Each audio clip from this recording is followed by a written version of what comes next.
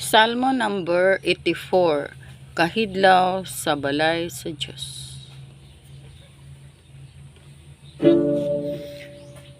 Bulahan sila, ilang kusog, nagagikan sa imo o Diyos.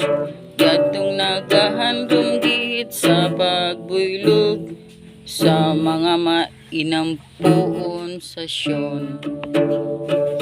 Sang nagalata sila sa kapatagan, naginduog ini sang mga tuburan, nga naaod na ang ulan, nagapabaskog samtang nagapanglakaton.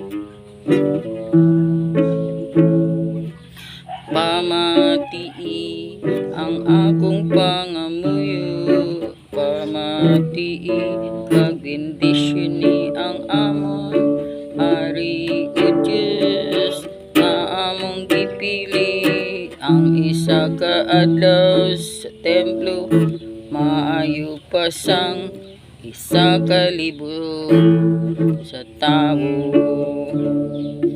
Maayo pa nga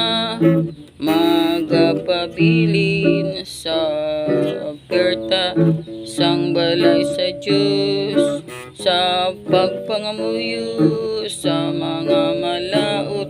Ang Diyos nagaapin sa mga hari, kag naghatag sing kaayuan kag kadungganan.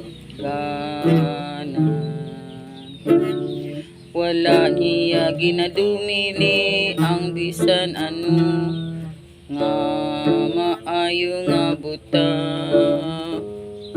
Sa nagahimo sing matarong, bulahan sila nga na salig sa imo o Diyos.